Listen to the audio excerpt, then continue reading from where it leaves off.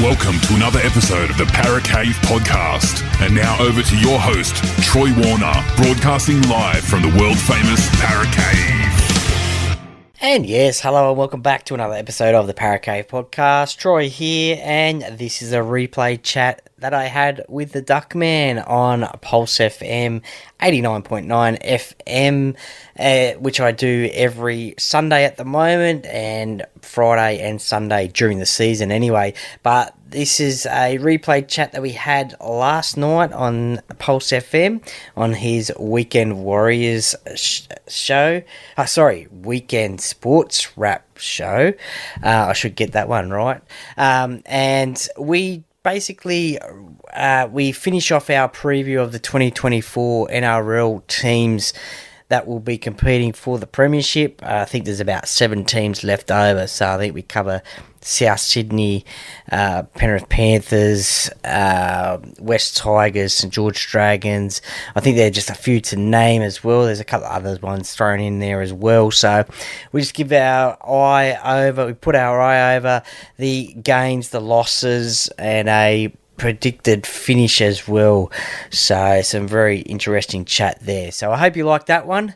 Let me know in the comments, or let me know via a message of what your thoughts are, of what our thoughts are of those teams that we speak about. So thank you very much for listening, and I'll hand it over to you, Duckman. All right, welcome back here to the Weekend Sports Wrap. So we've got a special guest, Troy Warner, on now. Troy, how you going? Going fantastic, mate. Ready for this chat about the rest of the NRL teams, some of the ones that we missed last week. But yeah, no, really looking forward to the chat ahead. Yeah, absolutely. So before we kick off, I'm going to do 2 things here. One is the first, are you sitting in air conditioning at the moment? We just had a couple of sponsor ads here. So are you enjoying the air conditioning at your house? Surely you are. Well, I am at the moment. Yes, I am. And I also mow the lawn during the week as well. So, and before my current occupation, I did long time ago, was part of the family business, which was a lawn mowing business. So I know how hot it can get out there. So, but great ads to play, because everyone needs their lawns mowed at the moment because it's growing so fast with the rain, and also it's obviously summertime as well, so we can get some pretty hot temperatures. Yeah, that's right. Normally, I'll just pay a dude to come and mow my lawns now, because my feet aren't the world's best, and I don't always have time to do it. So I'll just go, you know what? It's easier just to get this guy who does it for a full-time job, pay him a bit of money, and it's a decent amount, so he gets a decent amount. And he's happy, keeps him happy, keeps everything ticking over. Absolutely. So right before we jump into the NRL stuff, I wanted to just ask you, so the EPL, we're going to have a quick look. The only score people really want to know about is probably Manchester United and Tottenham. So that was last week, and that was on Monday. It was 2-2, so Ange Postecoglou's first venture to Old Trafford. So do you think you'd be overawed going to Old Trafford with 75,000 Manchester United fans yelling at you, giving it to you? No, I don't think he would at all. Look, Ange has obviously done coaching, or managing as they call it in the football code, over in Scotland, and also in Australia as well with the Socceroos. So I don't think he would be overawed at all. Yeah, so he started coaching when he was 34 or 35 years old, so he's been doing it now for 22 years, or 24 years or something. So he's been doing it for quite a long period of time. He would be well versed. The other scores so far of the weekend in EPL, Arsenal beat Crystal Palace 5-0. So Liverpool are playing tonight, for anyone that wants to know. Who do you go for in the EPL, out of curiosity? Well, I don't really follow it a lot, but if I had to pick a team, back in the day I was a Manchester United fan, but obviously now I probably want to see Tottenham do well, not only for my Pommy mate who now lives over here, but also the fact that Ange is Australian and does coach them, or manage them. So yeah, probably Manchester United, but I wouldn't be too disappointed if Tottenham got up there. Yeah. So just to magnify, I want to compare this to rugby league so you get a bit of an idea. Not sure if you know. So the lower sides that get promoted from the division below, so championship into APL every year, when they come up, they get a bundle of cash, right? When I say a bundle of cash, what would you think a bundle of cash would be if you said you're giving an NRL club a bundle of cash? Oh, look, I think it's something ridiculous, something, I don't know, $100 million or something like that, is it? It is. TV rights deals about 130 million to help them survive. Yeah, it's amazing, isn't 13, it? That's 13 NRL clubs, or 10 NRL clubs yearly layout. So for one club, say Luton would have that sort of money at the moment to spend. They had to do stadium upgrades and all that. It's just the money is ridiculous. And the other thing we'll do just before we kick in is the NFL. So the finals are on the moment, or divisional finals playoffs. So and Baltimore Ravens took on Houston Texans and won 34-10. That's no massive surprise, really. San Francisco 49ers had a tough one against Green Bay Packers, 24-21. But you still got Detroit Lions, my side, up against Tampa Bay Buccaneers. That's tomorrow, 7 a.m. And then Buffalo Bills against Kansas City Chiefs. So do you like any of those sides? And after you answer that, we'll have a real quick chat about their money, because their money is a different level. It's just crazy stuff. Well, whenever you mention the Buffalo Bills, I always think of the Buffalo Bills, the ice cream. But no, I'm a San Francisco 49ers fan, so pretty happy that they got up today. I actually watched the last minute 17 of that game, stumbled across it and watched that nail-biting stuff. So I think I'm a little bit of a lucky charm today anyway, because when I switched over, San Francisco scored the winning touchdown. But then it was a bit hectic there for a little bit, but they got the win, so great to see them get the win. So yeah, I'm a San Francisco 49er. Yeah, well, both the divisional champions. So the NFC is San Francisco. They're going to be taking on the winner of the Lions or the Buccaneers, and Detroit Lions, my favourite side, and Baltimore Ravens. They won the other divisional for the AFC, and they're going to be taking on either the Bills or the Chiefs. So the Chiefs look pretty good, but the Bills are a pretty good team too. So at the moment, I'd say the advantage still sits with both the divisional champions, Baltimore Ravens, and the 49ers, because all the other games are going to be tough games. And I must say too, people may think that I support the 49ers because of Jared Hayne when he went over there, but I was actually a supporter before then, because my late uncle years and years ago went over to Hawaii and got me a 49ers Joe Montana jumper jersey. So way before Jared, I was a 49ers fan. Yeah, I used to like him when Joe Montana was quarterback and he's wearing number 16. Then he was replaced by Stevie Young and he went to Kansas City Chiefs, actually, after that. Stevie Young was the quarterback, and yeah, it was good. Followed him for years. I remember when they lost, Colin Kaepernick was quarterback and they kicked off after getting the touchdown, and then someone caught the ball in their own end goal and ran the length of the field to score a touchdown. So it turned the whole game. Then the lights went out at halftime. This was back about 2015, 2016 or something. I remember that. And after, when Jared Hayne went there, I'm telling you, I was sort of going, I need to follow someone else because the 49ers are pretty good, but I want to go for someone else. So I started going for Detroit Lions and they weren't real good. Then when Jared Hayden jumped on board, I 100% jumped off board. 49ers. Just I can't follow them anymore. People are going to say I'm a bandwagoner. So what I want to say about the money, all right? Yep. So we see Jerome Luai signed a 5-year contract for $6 million in the NRL with West Tigers. Yep. One of these guys, forget who it was the other day. What is his name? Okay, Josh Allen, right? Has just signed a new deal for whoever he's playing for. 7 years, like $136 million. What do you think about that? Yeah, well, that's just ridiculous, isn't it? I mean, obviously they've got the sponsorship over there in the US and the big companies and the rich owners that can offer that money. And yeah, look, 7 years, $136 million. I mean, yeah, that you'd just play that, wouldn't you, and then retire, I guess. But obviously, you could probably get another 5-year deal after that. So depending on how good you are, but yeah, no, look, that is ridiculous what you can get, and it just shows you if you're a great player, then you can obviously earn a lot of money out of a sport. And I'd hate to think how much someone like Tom Brady has earned during his playing career. I dare say it'd be up near the $1 billion mark, I reckon. I'm pretty sure that's what it is, right? So it's getting pretty close to that. I do know that ESPN offered him a deal to commentate for them for 5 years for $375 million. And out of 5-year option in his favour for like 50% more. So you're talking about probably $525 million or something like that if you wanted to keep on commentating. Geez, I wonder what someone like Andrew Voss would think about that.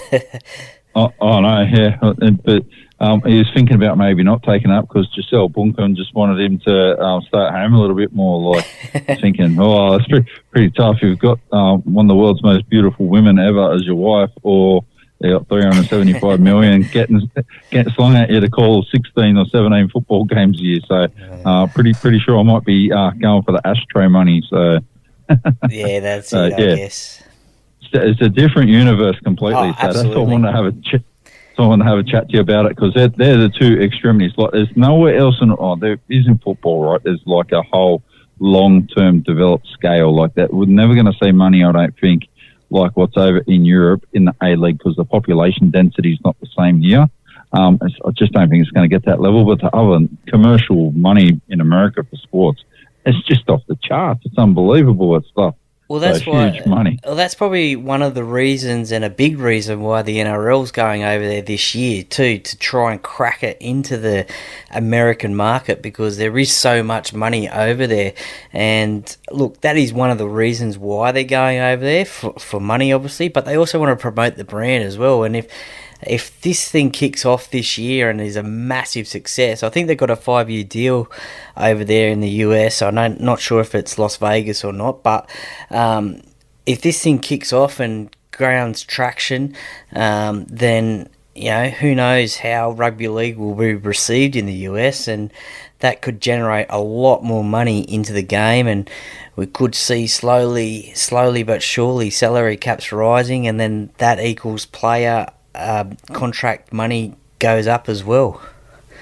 Well, that's what it is. The money is commercial money, so from even outside of TV rights, there's all sorts of stuff. So people that buy into it, the value of the clubs is worth more, and it's all just complete value because it's a closed market. It's very hard to get in.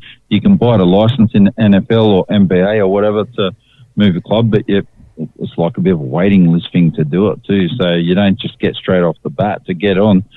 You have to be pretty loaded. So you could only imagine how someone like imagine just the NRL picking up like 1% of that. I think there was something like 400 billion in TV rights and commercial money and all this sort of stuff that's gone into the NFL over the last couple of years. Like imagine getting 1% of that. That's like and basically hit 400 million. That'd be a huge kick. From little things, big things grow. So little steps at the moment, and who knows how it can be received and take off.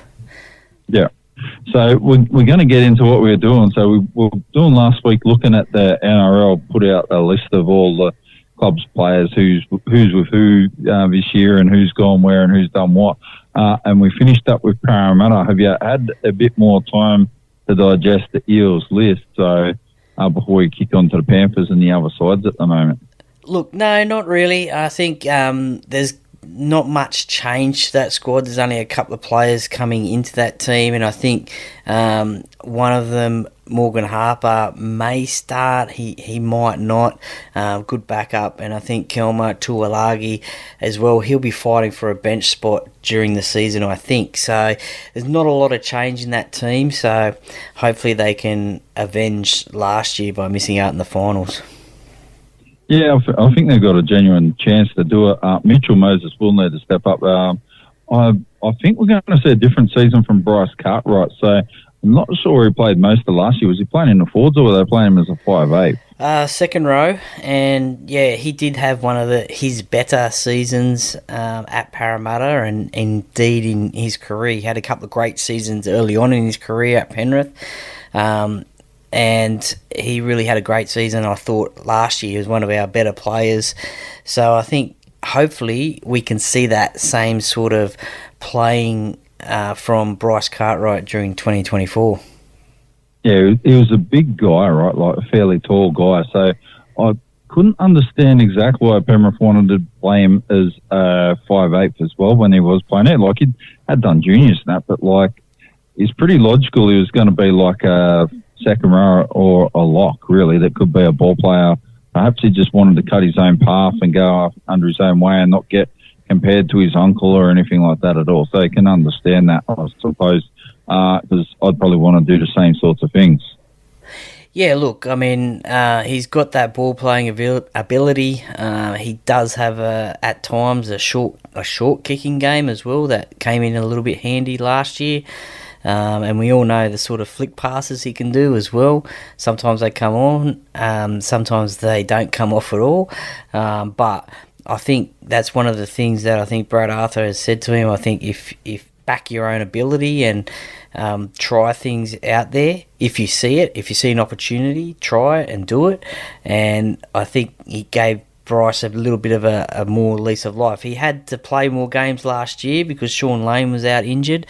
And obviously Ryan Madison didn't start the year either.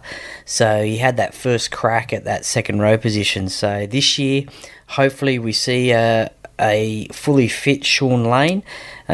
He'll probably get one of those starting spots in the second row, and then you've got Ryan Madison as well, who will be fighting either for that starting position in the second row, or he'll end up on the bench and we may see Bryce start the game. Yeah, that's right. So but it got some interesting times ahead for you guys at Parramatta. We're going to jump into the Panthers now, so I'm not going to go right through the whole squad. We'll have a look at the games at the moment. They picked up Dane Laurie from West Tigers, Brad Schneider from Hull Kingston Rovers. Pretty sure, say a halfback? I think he might be a halfback or something like that, Brad Schneider. Yeah. And yep. Paul Alamoti they got from the Bulldogs, so that's a pretty good pickup too. He's a decent player, so he's going to perform pretty well. Penrith picked up a couple of fringe players in the past in the forwards. Paul Alamoti will be one of these guys, I think, that will benefit from playing in a stronger team overall. And we lose Stephen Crichton. So Stephen Crichton is the biggest loss. So I know Spencer Leonard and Jamin Salmon are good, but he's the biggest loss. Then probably the next two, and then Jack Cogger. Jack Cogger, if he can replicate anything like his form for the Panthers last year in the grand final and the rest of the season, is pretty good. When he goes back to the Knights, he'll be a very, very good pickup this year for the Knights. So I think he can take them to another level and they can be pushing for the top four. And Penrith lost Tom Jenkins tonight, so I don't know too much about Tom Jenkins. Lost him. Chris Smith was unsigned, Eddie Blackett unsigned, and Zach Hosking, he's a good pickup for the Raiders, right? He could have probably gone further with Penrith if he hung around for long enough, but there's better opportunities at other clubs. So what do you think of the Panthers pickups at the moment, and how do you think they're going to go? Yeah, look, well, I mean, everybody's probably premiership favourites, and why not? They've won the last three comps in a row. But Paul Alamoti from the Canterbury Bankstown Bulldogs, he's a good get for them, good backup for Isaac Tungo, who had a few injuries last year. Maybe Taylor May might get back into the centres, into the team. But Paul is a great player, good young player, and I was surprised that the Bulldogs actually let him go as well. Dane Laurie, he'll be good backup for the halves come State of Origin time, as well as Brad Schneider as well. So they've got some ready-made halves and some good players that can fill in for Jerome Luai and Nathan Cleary, assuming they will get into the State of Origin side as well. Their losses, as you said, Stephen Crichton's the biggest one. Zach Hosking as well. He went for an opportunity to maybe start a lot more games at the Canberra Raiders. Spencer Lenu as well. We see what the salary cap can do to a winning side. So he's gone to the Sydney Roosters.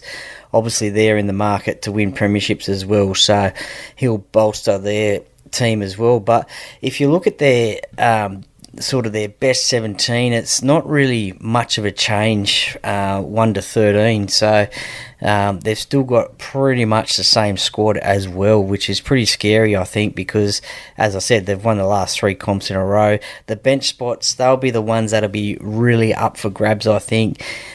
We saw last year Lindsay Smith come on board, and he played a great role in that premiership winning team, so I think he may keep a spot on the bench, but then the other three positions, with possibly Sonny Luke will probably keep his position at number 14, but the other two spots will be probably up for grabs as well. So we all see Big MG's son Maverick Guyer as well. He may be pushing for a bench spot as well and a first grade debut in 2024. Yeah, so I reckon Maverick Guyer at the moment says three guys, I reckon, or five. I'll say five guys will step up for Penrith, or they're going to need to some level, or they'll probably be there for a short period of time. So Sonny Luke, I do think he'll keep a bench spot because his versatility, playing half and all that. Those five guys would be Brad Schneider. I don't think he's a bad pickup at all. He was a 5'8" for a half, or I couldn't remember exactly. He'll fill what was missing from Jack Cogger, and he'll do more than that. He plays a different style because he's from the Super League and that stuff as well. So I think he plays up in your face a bit like Andy Gregory used to do. So we might see a little bit of a different style there. I'm pretty sure Canberra tried to sign him too, or West Tigers, and someone badmouthed them, and he's ended up at Penrith. So, well, it's our benefit there. Other guys might step up. Dane Laurie, if he doesn't step up, well, he's only got a 1-year deal, so he might be looking for another job there. Jack Cole's the obvious one, so he's getting penciled in for the Jerome Luai move down the track. Even if that doesn't happen, I think somewhere between Jack Cole and Brad Schneider, you're going to see that moving around there. One of them will be the man to go through. And Liam Henry and Maverick Guy, I think one of them, and perhaps Jesse McLean, one of them three will be fighting for a bench spot. Unfortunately for Luke Garner, I think he's going to be probably moving on at the end of the year because Penrith just got too much young talent coming through. So I like Luke Garner and how he goes. We can't give him a decent enough contract offer. He's probably going to go to Super League, or potentially, if I was West Tigers, I would look at him because he would add a lot to the side. Now they're picking up a couple of decent players, so, or maybe even some George Illawarra or something like that as well. Yeah, he might go back to the Tigers. Obviously, that's where he came from, to Penrith. But, yeah, look, he's a good, solid club player, and he just needs to get a bit of form, and he can get into that team as well on the bench. But, yeah, Dane Laurie, he comes back to the club as well. Penrith, he's a bit of a versatile player, can play a fullback, 5'8". It could play a little bit of hooker as well if you need be as well. But so, as I said, he'll be a good, handy pickup for that Origin period as well, and or if there is any injuries.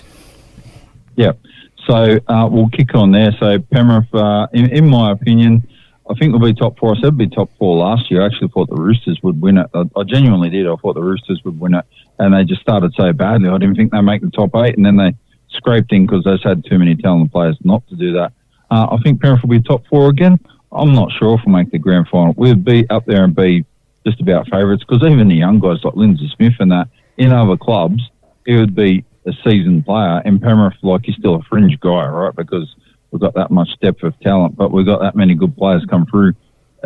Even on that list, next year we'll be losing players because you can't keep them all, right? So even if Penrith only finish like 4th or something, they're still going to have to let guys go. So they're going to get opportunities, and if they can't take them at Penrith, they'll go somewhere else. So the next club, unfortunately, they're a little bit of a red-hot mess with a couple of things they're doing at the moment. St George Illawarra Dragons. Let's start with the big one, right? Ronald Volkman. Are they doing the right thing by him? And did he get dudded, or did his manager just do real bad business in between leaving the Warriors and when he tried to get him with St George Illawarra? Like, at the moment, there's lots of finger pointing. I think the NRL could step in and do something here to help this guy out. Yeah, it's just a mess. Yeah, definitely. I think there's probably... Well, look, there's probably 4 people involved. Obviously, the Dragons and the Warriors are involved.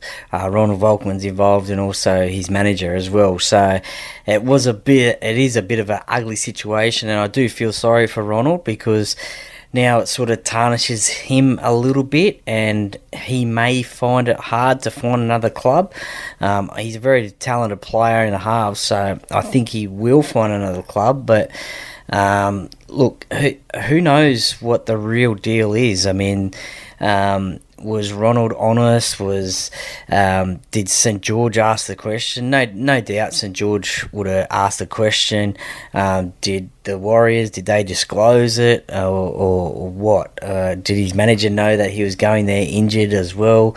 So yeah, it's a big story, and it's all thrown up around the place. So who knows the real story of what's happened? But at the moment, Ronald Volkman is without a club. St George don't have a player that they wanted to get, and now, as I said, I think it may tarnish his reputation a little bit as well. But whose fault is it? I don't really know. So certainly going to be interesting the next time the Warriors play the Dragons. That's for sure.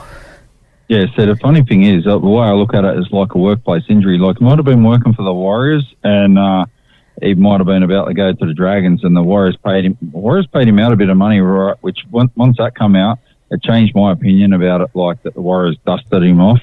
I think his manager's done some sketchy business here, and it just hasn't worked out. But the NRL, I really think, since he was playing in the NRL when he got injured, the NRL might need to get involved in this one, so this is not going to sort itself out on its own. Yeah, and it doesn't help the Dragons either, because one of their other new recruits, Corey Allen from the Roosters, he did his ACL, I think, last week as well. So they're two players down that they signed. So they're already behind the 8 ball as well before an even trial or a ball has been kicked in anger. Yeah. And the funny thing is, they're behind 2 halves now, right? So, like, yeah, out of everyone, really, like, what worse could, or you don't want to say it, but, like, seriously, like, you'd be wrapping Ben Hunt in cotton wool at the moment. I think you'd be looking at Jack Bird, these sorts of guys, the bell, and, like, who's going to do what? Someone's going to have to come back and do something in the halves here. They're going to have a bit of problems. But the Dragons, they picked up Hame Sele from the Rabbitohs, Kyle Flanagan, so he's come back from the Bulldogs. What do you reckon he's going to end up playing, Kyle? I think it came out today that he'll possibly get the starting 5/8 position with Ben Hunt in the halves. So, look, I think he's a 4th club now. I think he started at Cronulla, went to the Roosters, the Bulldogs, and I think now the Dragons. So he has played under his dad gave him his debut at Cronulla many years ago, 2018 I think it was, and so he's been playing some good football here and there, but there's probably a little bit of pressure on Kyle as to see how he'll go this year, especially being coached by his dad, I guess. So we've all seen that with obviously Brad Arthur and Jake Arthur, so it's a big year for Kyle. Yeah, that's right.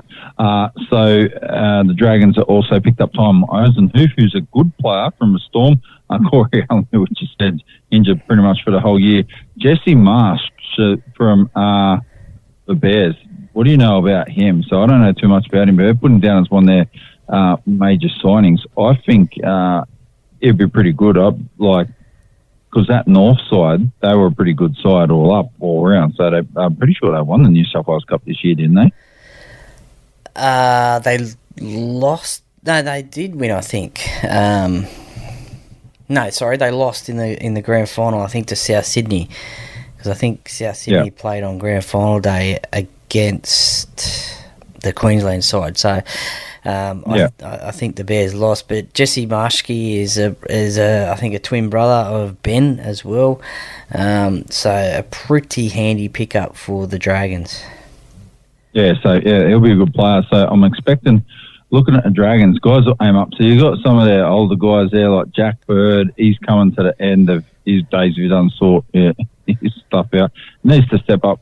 I'm not sure he's going to be able to, right, because he's been playing at a level for a little while, and although maybe getting a couple of extra players in is going to change things up, so we'll see what happens there.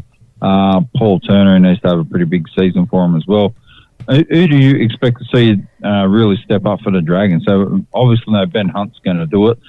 Moses Sully, he's got to surely step up. He'd be one of the guys you'd be looking at as well there.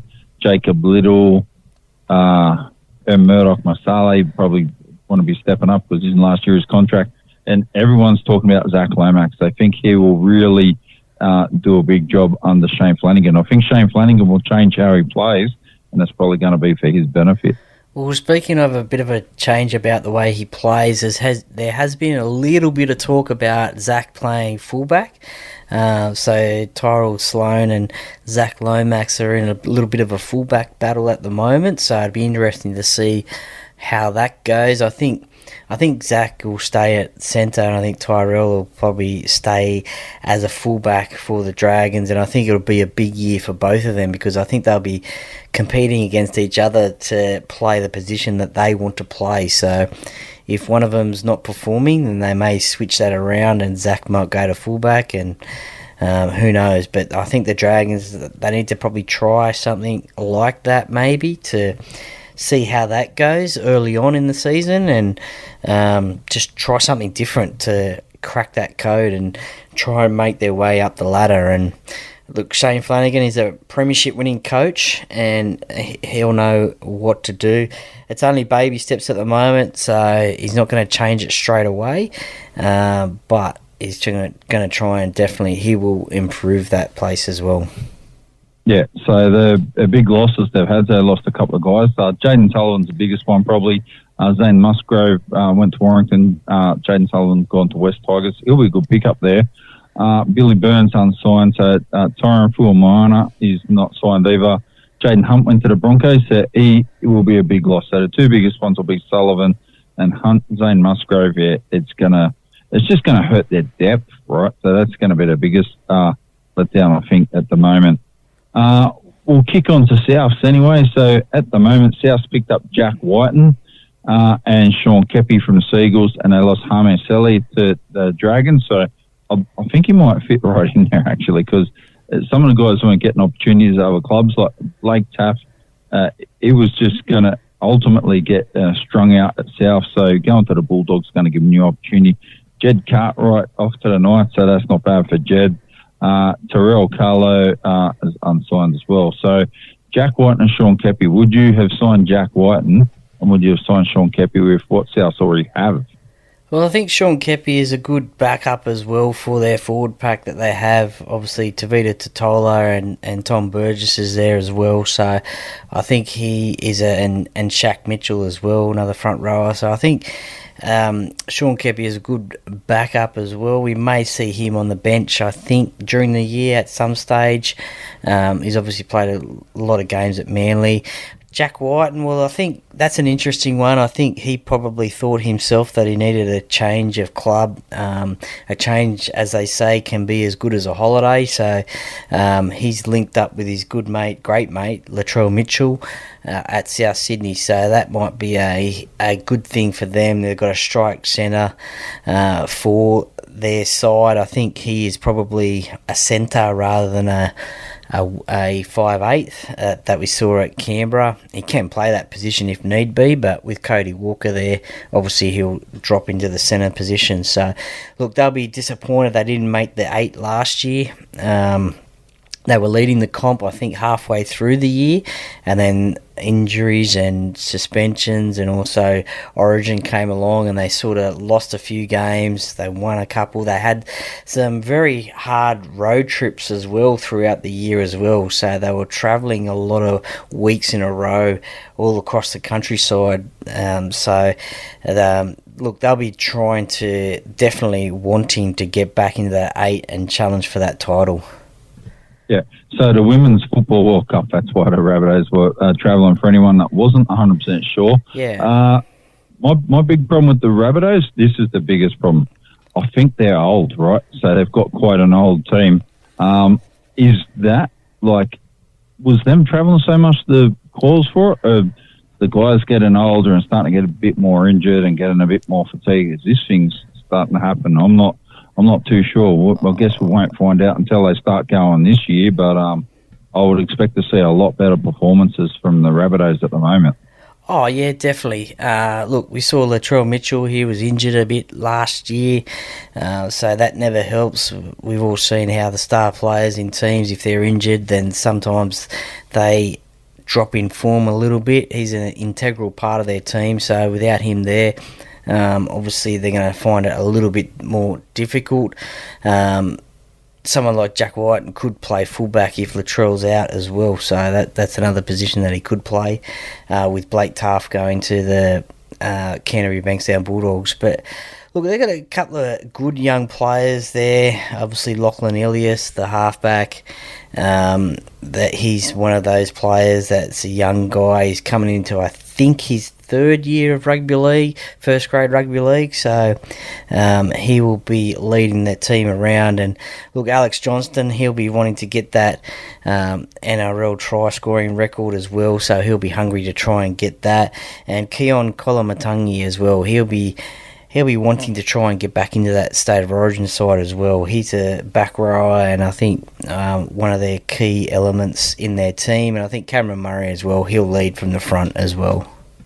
Yeah, so I'm expecting to probably see Campbell Graham 100% will step up. He's going to make New South Wales selectors look stupid this year if he has a good start to the year. He's a very good player and really should have been in the side last year. Let's roll down there. Jai Arrow, he's just an intense guy, right? So it looks like he wants to really flog people on the field. Keon Kalamatangi is probably going to make it as well. The big one, Lachlan Ilias. If he has a good year, I think the Rabbitohs can have a good year. It is an interesting pickup with Jack White, and then I do expect to see him in the centres as well. So it's going to give him different strike angles there, because Latrell will be coming into the line and doing different stuff, and Jack White will be attacking from the other side. So you have a decent left and decent right side centre. And then you've got Alex Johnson on one wing. Who's on their other wing for the Rabbitohs there? Tane Milne, isn't it? Yeah, he has played wing before. They've also had, they've got probably Campbell Graham that can slot into that wing position with Isaiah Tass and Jack White in the centres. So we'll just have to wait and see who the wingers are, but they may go with those two. Yeah, that's right. All right, so we'll kick on to my favourite club now, the Roosters, with my favourite player in the team too, Joseph Manu. So seriously, that guy, I just can't stand him, so he's still doing my head in. So it hasn't changed. Given a couple of weeks, hasn't changed my opinion of him, I can tell you. Gains so they've only picked up two big signings at the moment, and they've both been brilliant pickups, right? Dominic Young on the wing, the top try scorer. You hardly ever pick up the top try scorer of the comp. You hardly ever do it. They normally start their club, so to buy him is the best, right? And they got one of the best bench forwards there as well, Spencer Leonard. Penrith just couldn't keep him, right? So they've managed to be able to do it. And the Roosters have shelled off a few guys here. Fletcher Baker's gone to the Broncos. Jackson Paulo went to the Sea Eagles. Paul Mamarovsky to Leeds. So he bent over backwards when he was at Penrith going, I want to go to the Roosters. Why, mate? You could have stayed at Penrith and been winning comps. So, whatever, knock yourself out. Drew Hutchison, he's gone to the Bulldogs. Like, everyone they've lost is actually going to go to the other clubs and do a pretty good job, except for probably poor Corey Allen, who's injured. Jake Turpine's gone to the Bulldogs. Corey Allen to the Dragons. Nathan Brown, the Seagulls, trial and train. He will pick up a contract. He's going to be sweet. He'll be all right there. And Ben Thomas, don't know too much about Ben Thomas, is unsigned anyway. So where do you expect it? We'll call one out straight off the bat here. James Tedesco, I would say, had an average year last year. Roosters had an average year last year. I think he'll have a pretty big year this year. He's going to be State of Origin fullback again, which is going to annoy me a little bit. So was getting picked on reputation. I hope he has a good year and can justify getting picked if he does get picked, but I expect that he will. Who else do you expect to see have a big year? Yeah, look, I think you're right there. It's a big year for James Tedesco. He didn't have the year that he thought he would last year, but I think he will get picked again in State of Origin. He's the captain. And I think my personal opinion is that he will probably play this year as his last year of representative football and just concentrate on the Roosters, but we'll just have to wait and see with that one. I think Dominic Young, he's come to the Roosters to win premierships, and that's what the Roosters are in the business of rugby league for, is to win premierships. So he's come there on a good deal, and also his younger brother as well has come to the Roosters as well. So that'll be exciting to see. I don't think he'll get a first grade start, but the experience at being at the club will no doubt do him some good. Look, the Roosters, they're going to kick off their season over in Las Vegas, so that'll be an interesting start to their season. And look, about 6-7 weeks in, we'll see how the Roosters are travelling. Sia Wong on the bench, probably get a bench spot, although he may get a starting spot with Angus Crichton on the bench. You never know. He could be up for a big season as well, so keep your eye on him. Yeah, so I reckon Terrell May's going to really step up. He's going to have a big year this year. So there's been a lot of talk about what he's going to do and what he might do in the future, playing with his brothers and that stuff. So I think he will step up. I think Sam Walker's going to have a pretty good year as well. Victor Bradley, I don't particularly like him. He's my second favourite player I don't like at the Roosters behind Joey Manu. So, well, congratulations to Victor. He and his partner just had a baby as well. So congratulations to Victor. That may calm him down a little bit. You never know, but yeah, sure, he'll have a big year as well, no doubt. Just for you, mate. Yeah, no doubt. It'll do it for me. Gives me a shout out. I'm going to break the TV or something seriously. So. The only thing worse could happen if someone gets Joey Manu to come around and bring a Roosters jersey signed for me, he can have it back, right? So, look, another player that also has been injured the last couple of years and we haven't seen a lot of, but is a really good player, is Satuli Tupanua as well. So hopefully we may see a little bit more of him in first grade, because he definitely can play. And look, I think there will be a little bit more pressure on Sam Walker, but I'm sure he's got a young head. He'll handle that. We all know the talent that he's got. So I think he had a couple of games out of first grade last year and he came back and had a good end of the season with the Roosters. So I think we'll see another good year from him. And obviously it's Joseph Suolii's last year in rugby league before he goes over to rugby. Yeah, so can you say the name of the guy that is signed to replace him from rugby? No, I think his first name's Christian, isn't it? No, it's Mark Nawana Kawatawasi. Okay. So, yeah, I don't know much about him. Kawatawasi. Yeah. So apparently, he played rugby most of the time, went to GPS schools and that. But he used to play, now I didn't know this till he got interviewed a little while ago, said he used to play rugby league and always wanted to play rugby league. So he took the opportunities in front. Look, people are professional athletes, you do what you need to do. So I thought he was full-on rugby man forever, but no, he wanted to actually get into league years ago. So now the opportunities come up for him. I don't mind it. You do what you need to do. So Luke Keary did the same thing. Rugby Australia didn't want him. He couldn't get picked up by any of the rugby franchises. He come to rugby league and he was good. But to be honest with you, Joey Manu is a pretty good player. The thing that irks me, right, he's an arrogant guy, right? And I reckon he's carrying it. I still reckon he's got some injuries because he had some injuries a couple of years ago against the Dragons, which irked me the first time. And when he picked it up like a hamstring problem, I don't think he's ever flicked it, right? So I think it's going to keep on giving him problems going forward. So he might have some ongoing problems there. And Victor Radley, I think he's got a few injury problems and concussion things going on too. So as well as he gets a holiday in the middle of the year for about 6 weeks every year when he gets a few suspensions as well. So it's going to give him a bit of longevity in his career. Yeah, look, I think hopefully, as I said, we might see Victor calm down a little bit. I hope we don't, because he's got a great playing style. He just needs to know when to do certain things and try and keep his tackles down, that's for sure. Otherwise, as you said, he will have a little bit of a holiday during the mid-year or any time throughout the year, that's for sure. Joey Manu, I think, look, I'm on the opposite to you. I like him as a player. I think he's very talented.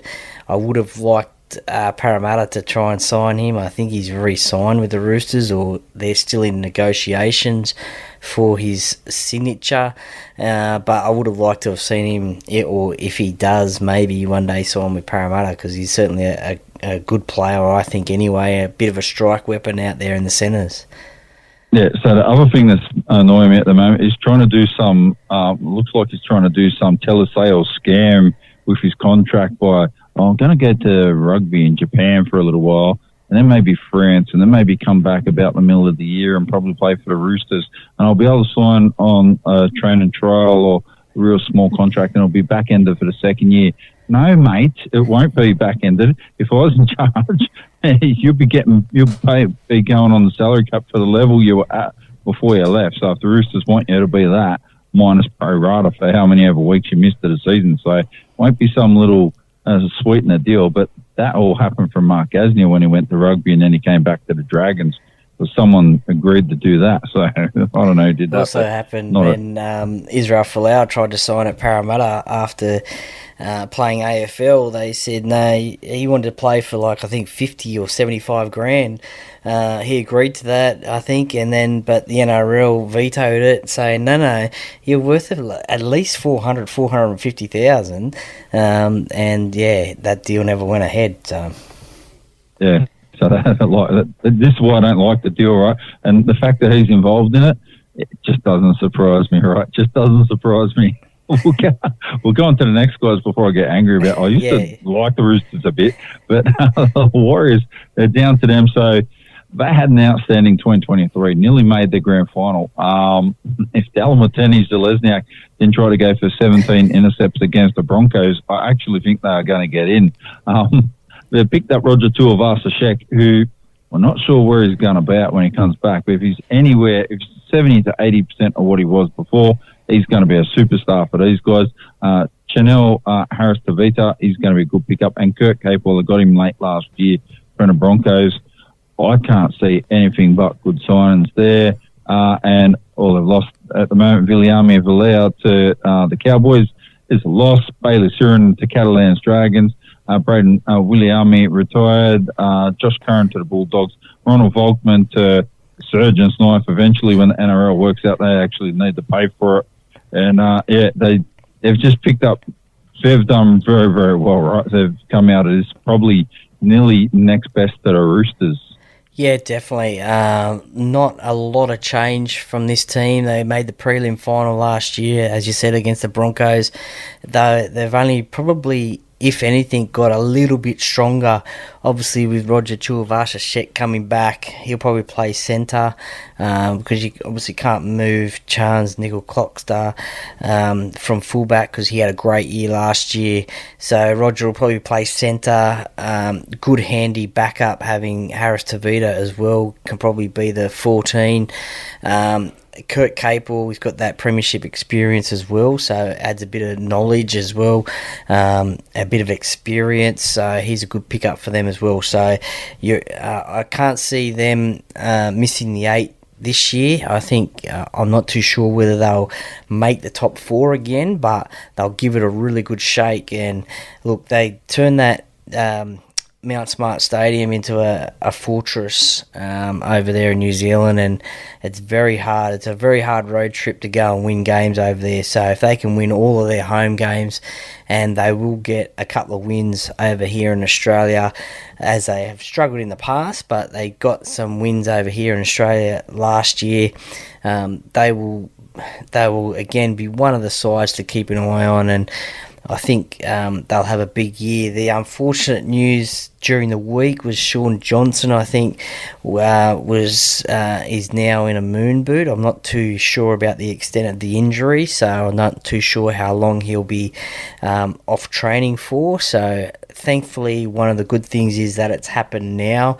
If a good thing to come of injury is anything, it's happened now, early on in the season. As I said, I don't know what the extent is, so I don't know how long he's out for training-wise, but obviously you've got Harris-Tavita who can push for that number 7 position if he's not ready by round 1. But yeah, looking forward to seeing the Warriors carry on their form from last year. I think they were everybody's second team, I think, at one stage.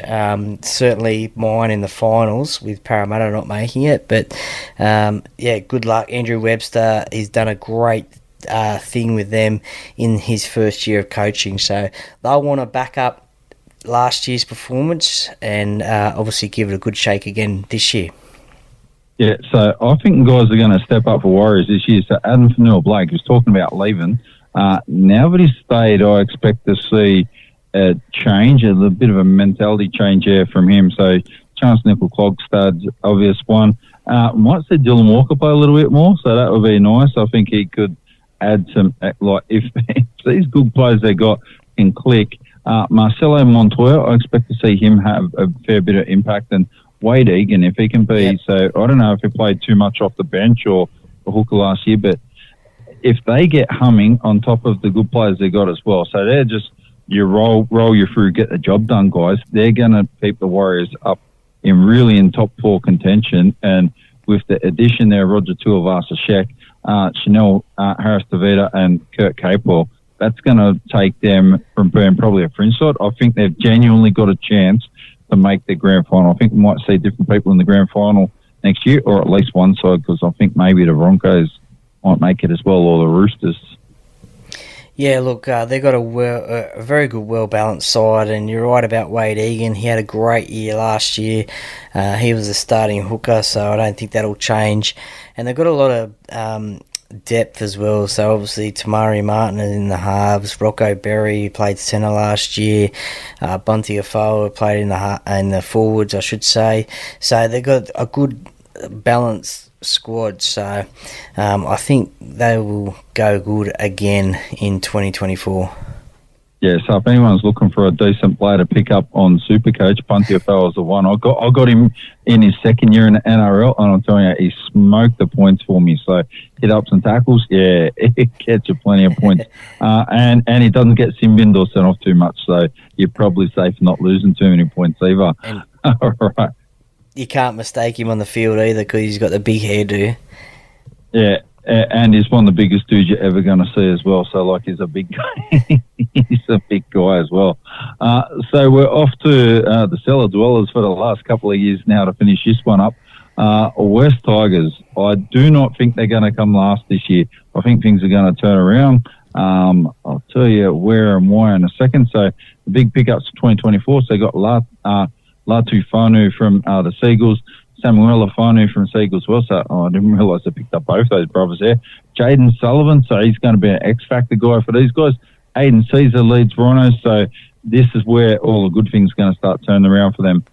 Solomon Alamalo, so from Super Rugby, so he'll be a bit of an unknown because he's coming across from rugby, so he'll be able to do the job, but it'll be interesting to see what he does.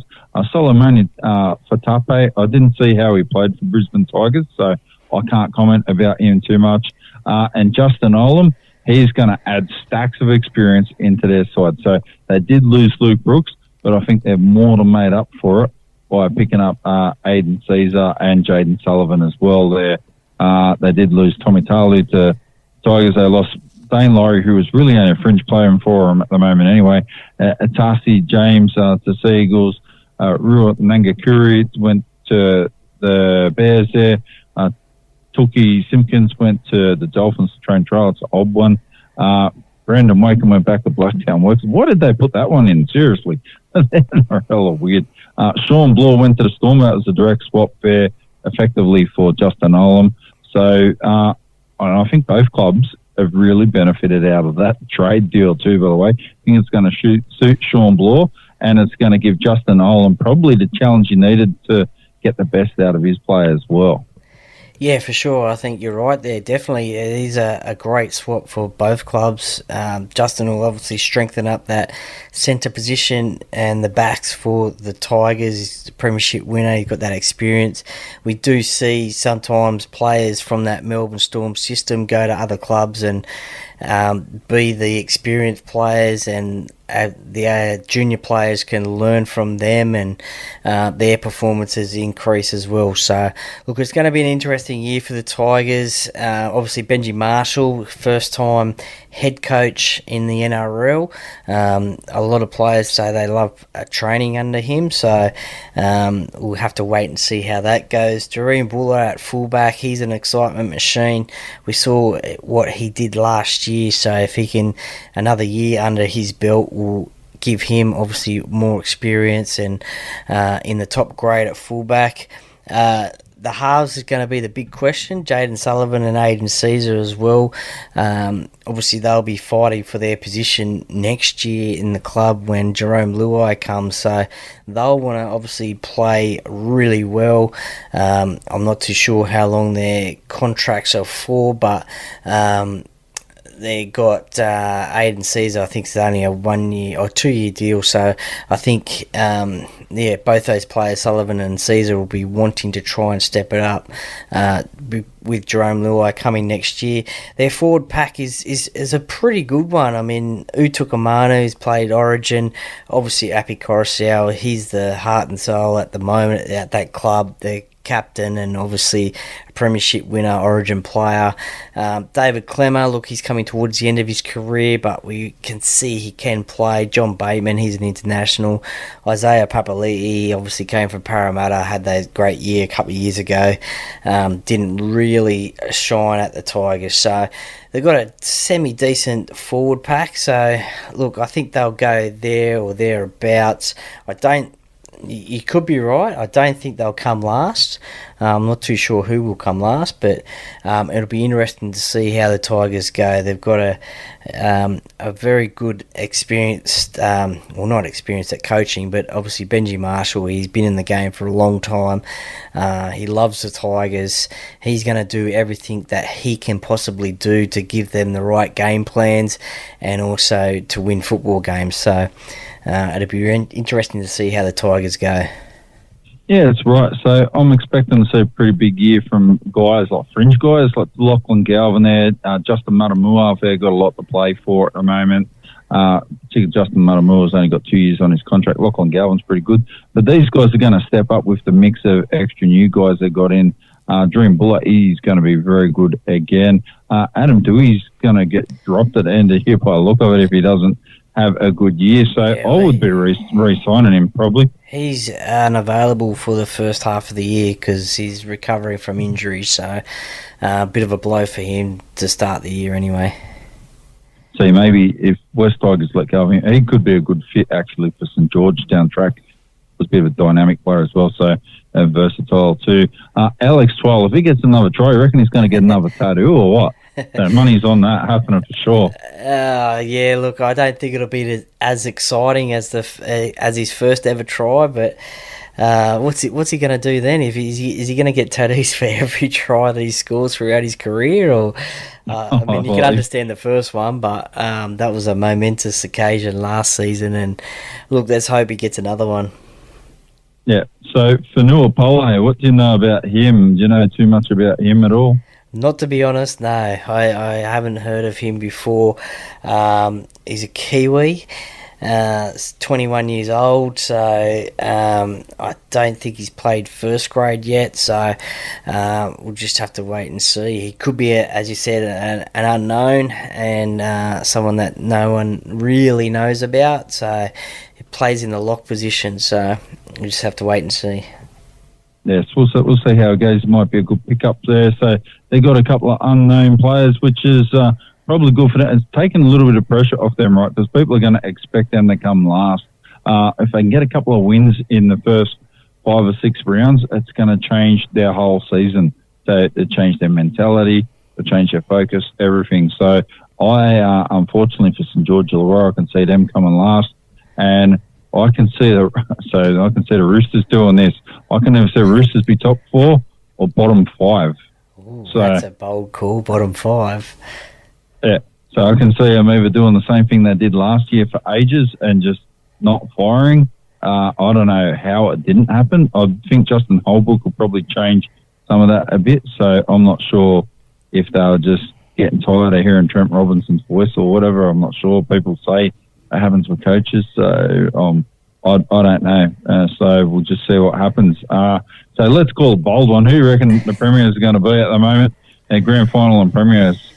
Oh, look, I did a crazy thing the other night. I did the NRL ladder predictor, and every single game, the team that won by 12 points. So you can't really go off that one. But I had a Parramatta Brisbane grand final, but I don't know if that'll really happen. I mean, obviously the Storm will be up there. Penrith, look, they're red hot. They've won the last 3, so they'll be hard to beat. Just some of these other teams, I think the Roosters and Rabbitohs, they'll get up there. Look, if I was a smart man, I'd say Penrith to win again. It pains me to say that, being a Parramatta supporter, but a smart man would say Penrith, obviously. What was your other question? Who would come last, did you say? Yeah, who'll come last? I hate saying that because it's always hard and it's a bit demoralising for teams as well, but... I think you're right. I think it will be a bit of a battle between the Tigers and the Dragons as to who will come last in the competition. So, look, rugby league's a strange game. You just don't know. I mean, 2017 the Eels made the top 4, and then 2018 they came last. So, it could be one of the teams from the top 8. A lot of people are saying that the Raiders might struggle again this year as well and come down near the bottom. So, I don't know, but I think it'll be one of the Dragons or Tigers. Sorry. I actually think that might be the case. Right, I think Canberra might struggle a bit this year because they haven't had any real major big changes right into their side. So Jack White and there's a loss, that's going to be hard. So just having a look who they picked up now. They did get Sasagi from the Knights.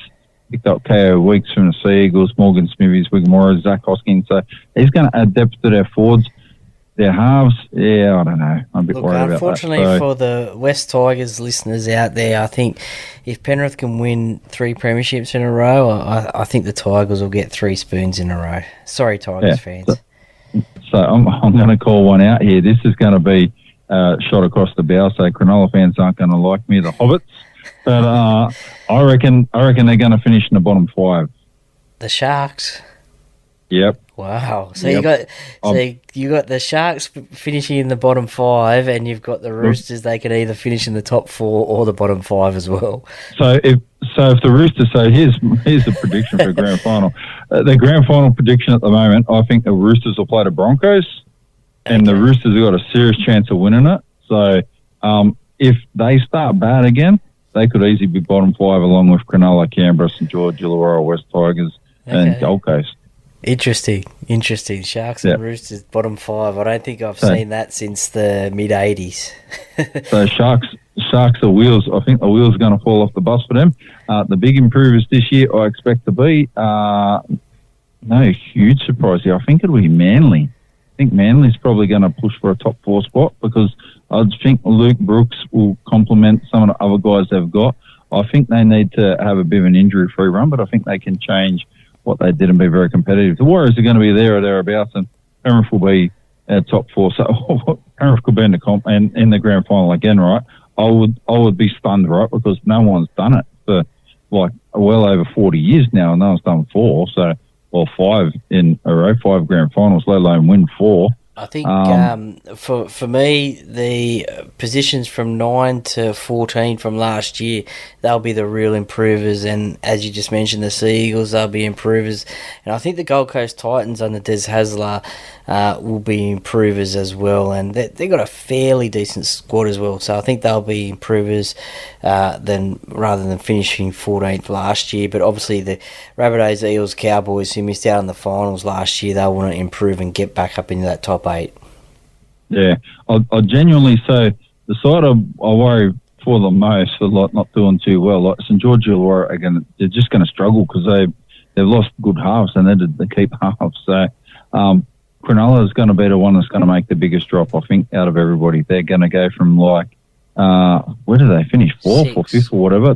6. Yeah, but I think they're going to drop literally down to potentially 12th or 13th. That could easily happen. So. Particularly if they get any injuries to any of their good players, and we're talking about Nico Hines, they've got some big problems there. So they've got some good tough forwards and they can play tough and they can do all that. When everything goes well for them, it's all good. When it doesn't, they really look like they're having a hard time out on the field. Yeah, well, as I said, that's very interesting. The Sharks down the bottom, your bold prediction, and the Roosters maybe down in the bottom 5. So that is very interesting. Yeah, Roosters top 5 or bottom 5. So interesting to see if that happens. It's only January, so we'll have to wait till September to find that one out. Yeah. Yeah, so if you want to send any hate mail through, you can send the text to 0434 440 553 and give me just give me any of it. Top 2 will be good. Top 4, top 2 grand final winner, wooden spooner, and tell me what you think about my predictions. It'll be interesting to see what the listeners think. Yeah, so if you don't like what I said, can write in the ACMA too if you're really upset about that much. So we'll have to chat about it later on. Anyway, so what have you got on this week, Troy, for podcast-wise and everything? Look, I'll just have a replay chat of this one. Look, I'm going to kick off back the interview-based podcasts, I think, in a week or two, so not very far away now. I've got a couple lined up already, and I'll be trying during the week to tee up some podcast interviews for the future.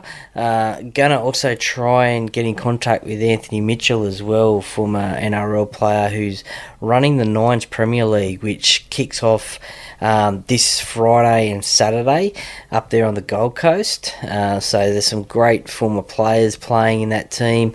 It's going to be live streamed as well. The likes of Josh Hoffman, Brad Takarangi, I think Alex Glenn is playing.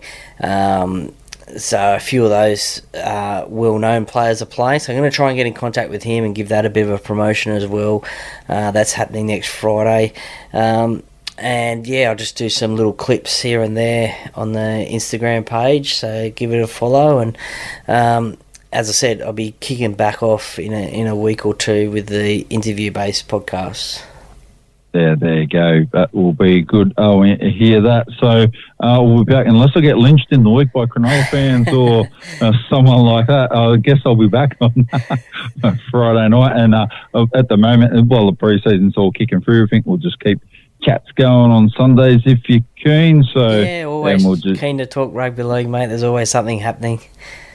Yeah, that's right. So I might actually try to get some callers to air one day, so I might have to filter some of them because I've got no doubt some rugby league fans are going to tell me that I'm a dead set moron and what they think about what I've had to say about where teams are going to finish this year.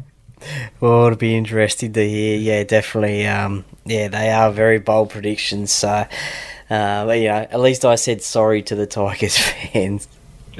Yeah, so the Tigers, I think they're going to do a little. I don't think they're going to come last, right? So I do apologise to the Sharks fans that your recruitment manager and that has done a poor job and you haven't got as many good players as what you probably lost. But there you go. What can I do? I can't do it for you unless you want to employ me. So, and I probably won't even make it out of Shark Park after what I just said. That's it. Thank you, Duckman. Really appreciate the chat, and hope to talk to you next Sunday. Yeah, I'll be you. Trust me. I'll make it. So might be moving house for a week, but it's all good. We'll find out. I'll catch you next week, Troy. Thanks, Duckman.